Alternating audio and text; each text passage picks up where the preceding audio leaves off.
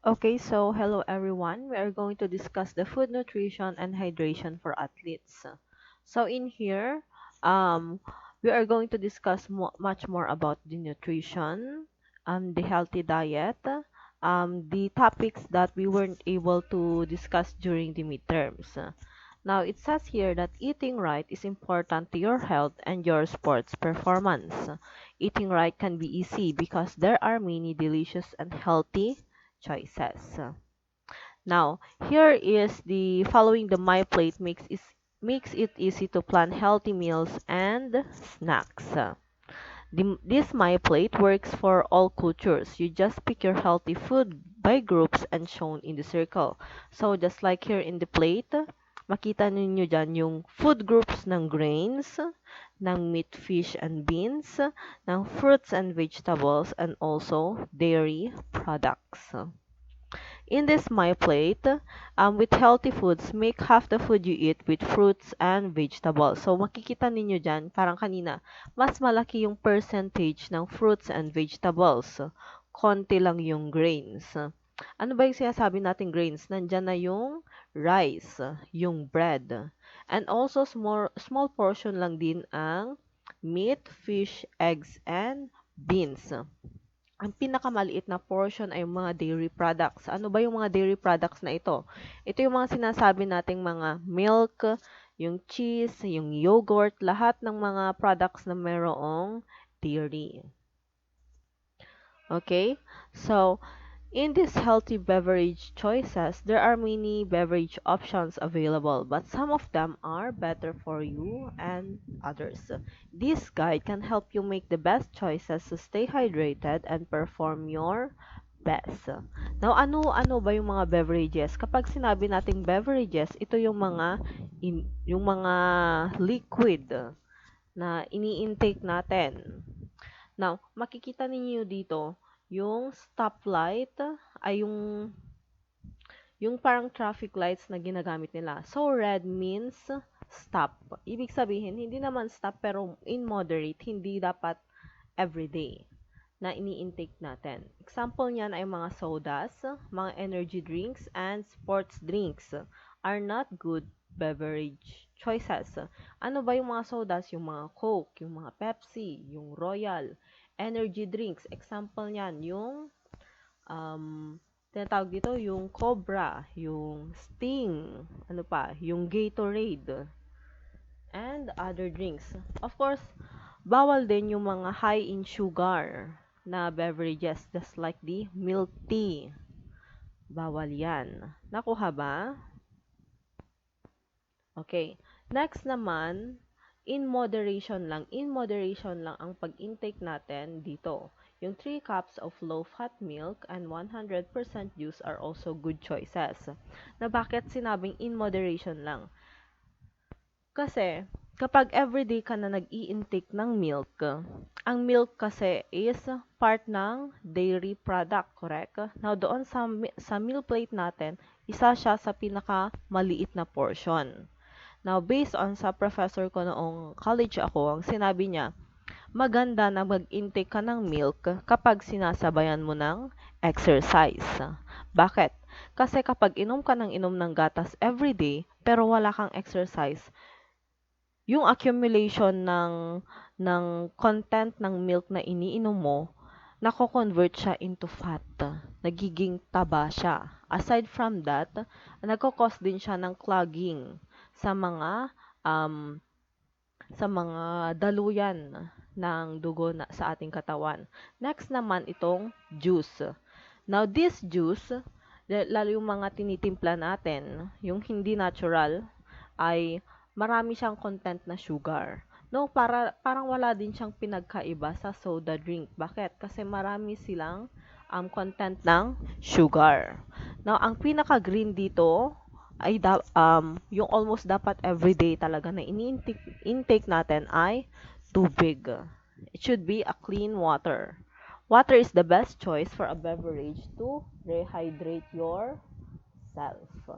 Na nakuha ba yung mga beverages? Okay. Now, in your notebook, write and answer the following questions. Pakilagay dyan sa notebook ninyo, part 1. Kasi marami pang susunod na gagawin ninyo. This is to monitor na pinanood nyo talaga itong video and nakinig kayo. First question. What are some healthy grain choices? Again, what are some healthy grain choices? Number 2 question. Why do we need healthy meat, fish, eggs, and beans? Again, why do we need healthy meat, fish, eggs, and beans? That is question number 2. Next is question number 3. What are some of your favorite fruits? Again, what are some of your favorite fruits? Now, ang tricky ng question na to. Bakit? Kasi there are some fruits na akala natin ay vegetable. Oh, can you think of ang akala ninyo perception ninyo nung una ay vegetable ito, pero nung nalaman nyo all throughout ay prutas pala ito. You can write as many as you want. Makikita ko yan sa notebook ninyo kapag nag-check na ako. Nakuha? Okay. And another question number 4, what are the healthiest vegetables? According to yourself, kung para sa inyo, ano yung pinaka-healthiest na vegetables na alam ninyo? Okay, so there are 4 questions na makikita ko yan sa notebook ninyo soon. Now, in food nutrition, it is important also na hindi lang yung mga raw products ang ini-intake natin kasi most of the time naman ay bumibili tayo sa market, correct? Now, it is important to know the nutrition facts, yung mga nakikita natin sa likod ng mga products na binibili natin. Now, here are the parts. Number 1 is the serving information. Makikita yan dito sa taas. Nakikita nyo ba yung mouse ko? Okay. Pinapakita dyan kung ilang servings ang kaya niyang i-accommodate ang isang product. Kagaya ng product na ito, ang sample label for frozen lasagna. It has 4 servings per container. So, yung isang product na yan, 4 servings or 4 na tao na ang mapapakain yan. Next is the calories. The amount per serving of the calories. So, ibig sabihin yan, yung isang serving ng frozen lasagna is 280 calories na ang laman yan. Nakuha? So, 280 times 4. Yan ang totality ng calories ng isang product na yan. Number 3 is the breakdown of the nutrients. Ano ba itong breakdown ng nutrients? It is important, habang bata pa kayo, or while you're still at a young age, dapat hindi lang kuha ng kuha ang ginagawa nyo kapag nag-grocery kayo. It is important also to know the content of the nutrients na kailangan ninyo. For example, merong gusto sa inyo na mag-pursue na maging dietitian someday or maging chef. It is important to know yung mga content or nutrients ng product na binibili ninyo. Bakit? Lalo sa mga nag-work sa hospital, kailangan nilang i-monitor yung ini-intake ng mga patients.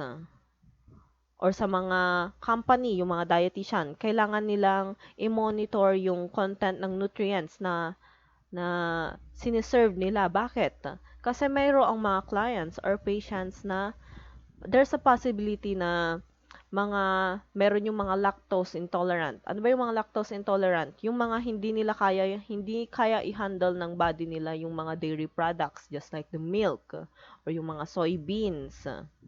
Ano pa? Meron yung mga allergic sa peanuts, sa shrimp. Kahit yung pinaka-small content or percentage lang ng peanut na hindi makikita sa totality ng product pero meron pala siyang content na ganon is delikado. Kaya ka-important na minomonitor din natin yung mga nutrition facts na nakikita sa likod ng mga products. Nakuha? Na makikita ninyo dyan, gaya nung na-discuss natin noong PotFit 1, is the content of the fat. Now, dalawa yan, yung saturated fat and the trans fat. Meron pang isa na discuss natin noon, yung unsaturated fat. Next is cholesterol. Now, meron tayong sinasabing good cholesterol and bad cholesterol. There are products na may content ng good cholesterol. These good cholesterol are good for the heart. Meron naman yung mga products na mayroong bad cholesterol, yung masyadong concentrated, yung percentage niya. Saan yan mostly nakukuha sa mga karne na priniprito. Yung mga putok-batok, for example, chicharon bulaklak, chicharon, lechon, and so on and so forth. Next naman is sodium. And lastly, carbohydrate, which comprises of dietary fibers and sugars. And lastly, protein. Aside from that, meron ding mga vitamins, calcium, iron, and potassium. Nakuha? Okay. Now, and lastly is the number 4, the quick guide to percent daily value. Now, dito sa percentage na ito, sinasabi diyan na yung yung pag-intake ng mga products nito, hindi dapat everyday. Okay? Kagayang sinabi dito, 5% or less is low, while 20% or more is high. Ibig sabihin, mas maganda na in moderation lang ang pag-intake ng product na ito, yung frozen lasagna. Okay, take note of this ha. Baka lalabas yan sa long quiz ninyo. Now, foods and drinks that strengthen your bones. Ano ba yung mga products na or yung mga ini-intake natin na nag-strengthen ng ating bones? Nandyan na sa picture. Number 1, I see milk. Ang number 1 source for calcium. Aside from that, ano pa? Cheese, yogurt, soybeans, yung soybeans milk, kung alam nyo yun. Okay. Those are the products that strengthens your bone. Pero take note, kagaya ng sinabi ko kanina, doon sa plate na nilabas, dapat in minimal intake lang ang dairy products. Next, nutrition for healthy blood pressure. Now, kapag naman sinasabi na nutrition for healthy blood pressure, dyan na minomonitor yung mga ini-intake natin. Bakit? There are some cases na hindi na, yung mga merong illness, especially sa heart, hindi naman talaga kailangan or necessarily na mag-intake sila ng mga gamot. Bakit? Kasi kapag intake ka ng intake ng gamot, lalo kapag hindi na nagse-self-medicate ka, hindi naman yan prescribe ng doktor, ang madadali dyan ay yung liver mo. Okay? So, ang advice ko lang din sa mga students na kapag ka, or your family members, kapag ka napapansin niyo na nag-i-intake sila ng mga, for example, ibuprofen, mefenamic, sabihan niyo na hindi sila mag-intake. Kapag merong masakit sa katawan nila, it's better na yung mga medical remedies na lang instead of nag-i-intake ng gamot agad kasi delikado yon. There are ways naman to control the blood pressure through what? Through eating healthy foods and maintaining healthy balanced diet as well as exercising. Now, nutrition for healthy weight and smaller waist size. Now, ito naman yung mga mostly na, pero I think na yung example dito is hindi siya pang Pinoy. Bakit? Kasi pang westernized yung style nito. Wala naman tayong mga berries, wala din tayong mga nuts. Mahal ang mga grapes, and so on and so forth. Yan o nutmeg yan, raisins. Kapag gusto natin na magpapayat, ang main point dyan is you have to assess your body. I-assess mo muna yung body mo. First is kung magpatingin ka sa doktor. Just like me, ako, tinatry ko na magpapayat. Pero, I have a condition na tinatawag na PCOS. Now, dahil dito sa PCOS na to, nahihirapan ako magpapayat. That's why, I have to ask for professional advice kung ano ba yung dapat na ways na gagawin ko kung gusto kong magpapayat. Ano ba yung mga pagkain na applicable sa akin. Now, dito na lumalabas yung principle of individuality. Magkakaiba-iba tayo. Nako ha? Kasi baka merong i-recommend yung doktor mo na pagkain, yung pagkain na yan is hindi mo pala afford, hindi kaya ng budget. Or meron namang pagkain na gusto mong everyday na ito na lang ang intake ko, baka ito yung magpapapayat sa akin. Pero all throughout, hindi pala yun nakakatulong. Instead, mas pinapalala pala. Okay? So, it's not, let's say, hindi naman nakakababa ng pagkatao kapag medyo plus size ka. Ang importante, you are confident with your body. And aside from that, healthy ka. Kahit na medyo plus size ka, for as long as wala kang sakit na dinadama, para hindi naman siya humantong sa malalang cases, then it's okay. Nakuha? Kasi hindi naman lahat ng diet ay applicable para sa lahat. There are some cases na especially sa mga hindi masyadong um, hindi masyadong privilege ang family, kung ano lang ang naipakita or naihahanda na pagkain, ay yun na lang din ang kinakain. Of course naman, kesa naman patayin mo ang sarili mo sa pagkagutom para lang pumayat ka. That's not good naman. Kasi hahantong din yan sa mas worse scenarios. Baka mas mapapagastos pa sila. Naku ha? So, if you have plans, make sure na sa pagpapapayat, actually, ang percentage lang yata niyan is 40% ang exercise, 60% ang diet, yung ini-intake natin na pagkain.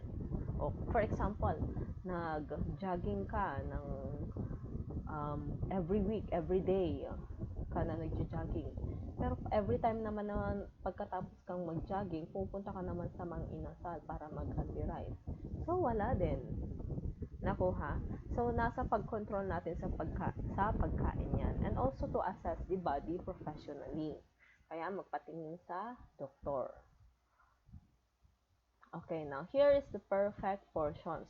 Here is a fun way to remember how much to eat when you have a serving. The size of sports equipment on the left is about the same size as one serving of the foods on the right. Okay.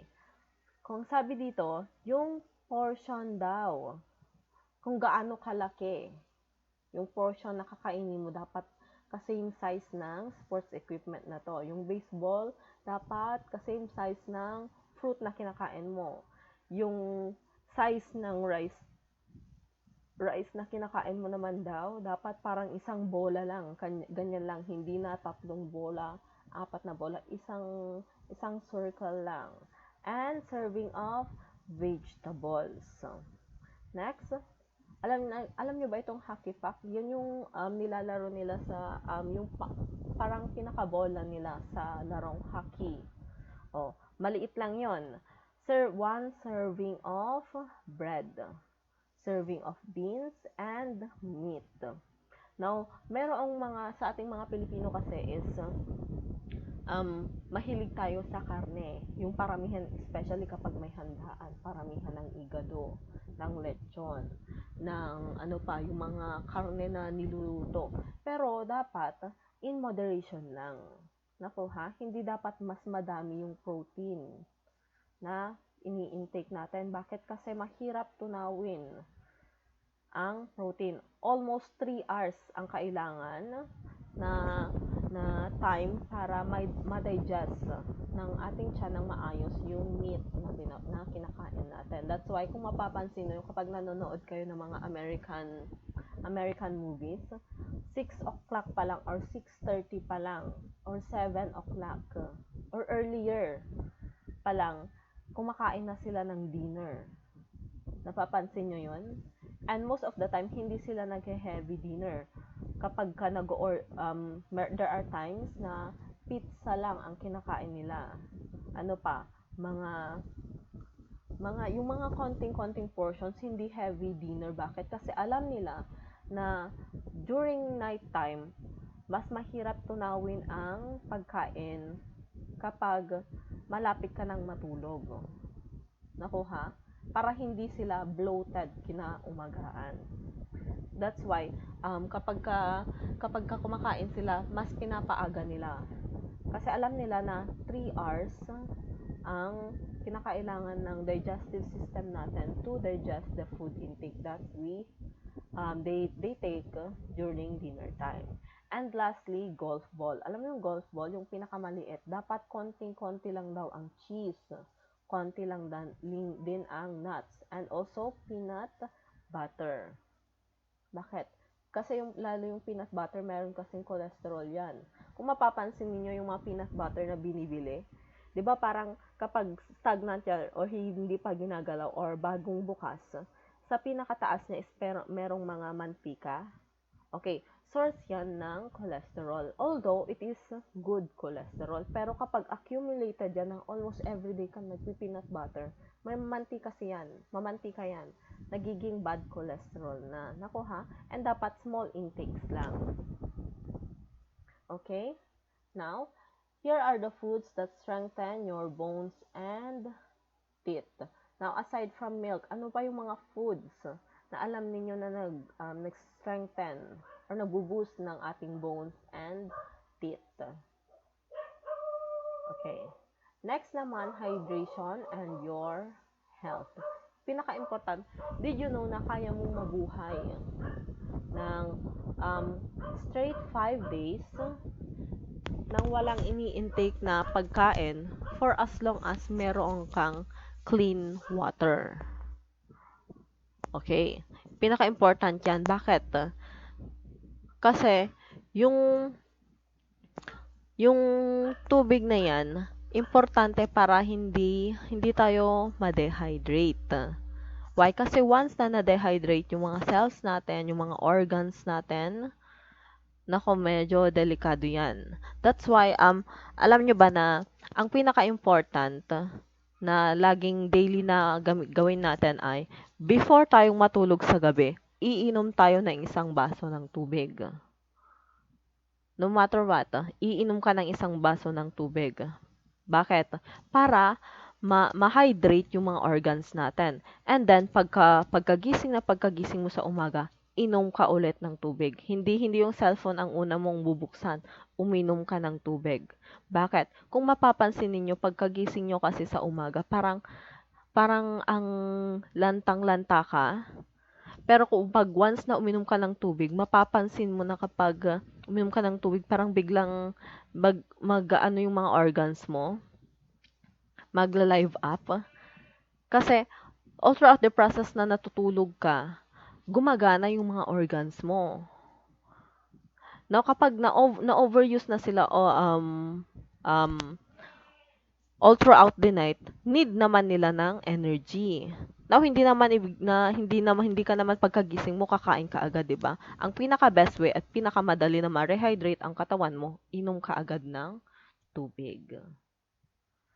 Now, here are the healthy beverages. Now, bibigyan ko na kayo ng mga ideas na possible na beverages na pwede ninyong ihanda. Now, kung mapapansin niyo yung mga nagbebenta ng mga drinks, nilalagyan nila ng ng mga citrus food. Ano ba yung mga citrus fruits na yan? Just like the oranges, lime, lemon, pipino, suha. Nilalagyan nila ng citrus fruits ang water bakit? Para matulungan yung tubig. Kasi yung tubig, meron na siyang minerals. Okay? Lalo kapag distilled yan. Distilled and purified. Pinaka-best na water na I think na yung content niya is pure talaga is yung milk yan. So, nilalagyan nila ng citrus fruits para saan? Para magkaroon ng meron kasing process ng ionization para magkaroon ng more ions. Yung mga ions na yan nagko-combine siya sa minerals ng tubig para saan? Para mas ma-hydrate yung katawan at nagko-cause siya ng higher energy. Okay? Kaya kapag sobrang pagod na pagod ka, kung gusto mo talaga na ma-energize ka agad, hindi lang tubig ang inumin mo. Yung tubig mo, lagyan mo ng alin? Ng lemon, ng pipino, ng orange, ng pomelo. Ganyan. Now, here are, kagaya ng sinabi ko kanina, yung sugar content. Sino yung sa inyo yung mahilig sa Pepsi and Coke? Alam nyo ba na almost, nakikita nyo dyan, yung 20 ounce ng soft drinks ay katumbas niyan ay 16.3 teaspoon ng sugar. So, para kang kumain, nagpapak ng asukal. While when it comes to sports drink naman, gaya ng mga Gatorade, ganyan, it is like 8.5 teaspoons of sugar. So, ano ang pinakamarami? Yung soda, gaya ng Pepsi, ng Coke, ng Royal, ng Sprite. Yan. Pero maganda lang din naman, hindi naman sinasabi na bawal talaga. Ang maganda lang din sa soft drinks ay kapag kumain ka ng marami, tapos iinom ka ng soft drinks, tutulungan niya na ipababa yung kinain mo. Napapansin niyo yun? Kasi breakdown ng sugar, tinutulungan ng sugar, yung intestine natin, binibigyan niya ng energy. Yung sugar na ini-intake natin from the soda, tinutulungan niya yung intestine natin para mas mapabilis yung pag-digest. Pero hindi naman ibig sabihin no na inom ka na ng inom ng soft drinks tapos kain ng marami. Basta naman may soft drinks. Ang sinasabi dyan, in moderation lang. Bakit? Kasi kapag marami namang sugar intakes, nagkakos na yan ng ano yung sakit ng sugar in the blood? Excess sugar in the blood. It is diabetes. Correct. Now, here are the signs of dehydration. Especially ngayong panahon na yun na El Nino na sobrang init. Water helps you to keep your body to work properly. Now, you lose water when you go to the bathroom, when you sweat, when you exercise, or even when you breathe. Kaya kung mapapansin niyo, kahit na parang, alam niyo, 1 liter ng aqua flask ninyo, almost hindi mo yan mauubos. I mean, hindi yan aabot hanggang hapon. Lunchtime pa lang mauubos mo na yan. Bakit? Kasi the more we intake water, the more we sweat also. Bakit? Kasi nga sa panahon na to, yung pag-sweat ng ating katawan, that is a mechanism of the body para para ilabas yung init ng katawan natin. Now, kapag nag-perspire ka na o kapag nag-sweat ka na, ibig sabihin yan, nailabas na yung init sa katawan mo. Pero yung tubig na yun, need niya na ma-replenish. Kaya, dapat inom ka ng inom ng tubig. Now, if you lose too much water without drinking more, your body won't work as well. This is called dehydration. Now, here are the signs of dehydration. First is you feel thirsty. Next, you are tired or sluggish. Next, you have headache. Next is your mouth is dry. And lastly, your urine is dark yellow or brown. Now, dito mo makikita. Kung mapapansin ninyo, kapag inom ka ng inom, kapag once na nag-urinate ka, kung yung kulay ng tubig, ng ihi mo ay isa sa mga ito, then you know that you are either dehydrated or hydrated. Kapag yung kulay ng ihi mo ay more on a clearer side, good yan. Ibig sabihin, natutulungan mo yung katawan mo na mailabas yung mga waste product mo, at the same time hydrated ka. Pero kapag naman yung kulay ng ating urine ay more on the darker side or darker yellow, ibig sabihin yan, severe dehydrated ka. Kulang ka sa tubig. Now, did you know that dehydration of 1 to 2% of your body weight can decrease your sports performance? Now, kung mapapansin nyo naman, yung mga athletes, 'Di ba kapag kasi uminom ka ng tubig, of course pagkatapos ng game nila, iinom sila kasi nai-sweat na nila yung tubig na inintake nila. Now, kapag naman iinom ka, medyo masyadong mabigat sa katawan, 'di ba? Kaya ang ini-intake nila ay yung mga sports drink. Bakit? Kasi yung mga sports drinks na yan, mayroong sugar na tumutulong para ma-boost yung muscles, para magkaroon ng energy yung muscles and bones nila. Pero all throughout, especially sa mga athletes, pagkatapos yung uminom ng sports drink, it is important also na uminom kayo ng tubig. Likewise, sa mga mahilig magkape, mahilig mag-milk tea, every time na nag-intake kayo ng beverage na alam nyo na maraming sugar yan, it is important na uminom din kayo ng tubig. Now, ito yung, I want to share this with you. Kung mapapansin nyo, yung panahon na yun, sobrang init, tapos biglang lalamig, init, malamig, or diretsong mainit, tapos biglang lalamig, nagkakaroon tayo ng sore throat. Now, kapag nagka-sore throat tayo, ano ba yung mostly na iniinom natin? Mapapansin nyo, either mainit or maligamgam na tubig, which is wrong. Bakit? Iinom ka lang ng maligamgam na tubig kapag parang medyo pa-coarse na yung boses mo. Pero ang pinaka-first dapat na gawin mo, iinom ka ng malamig na tubig. Bakit? Ang malamig na tubig, yung the lower the temperature of the water, the more na kaya niyang patayin yung bakterya na namumuo sa lalamunan natin. Bakit? Kasi yung mga bakterya na yan, gustong-gusto nila yung mainit. Doon sila nagpro-propagate. Mas dadami sila. Not unless iinom ka ng malamig na tubig. Bakit? Ini-stop niya yung pag-spread or pagdami ng bakterya.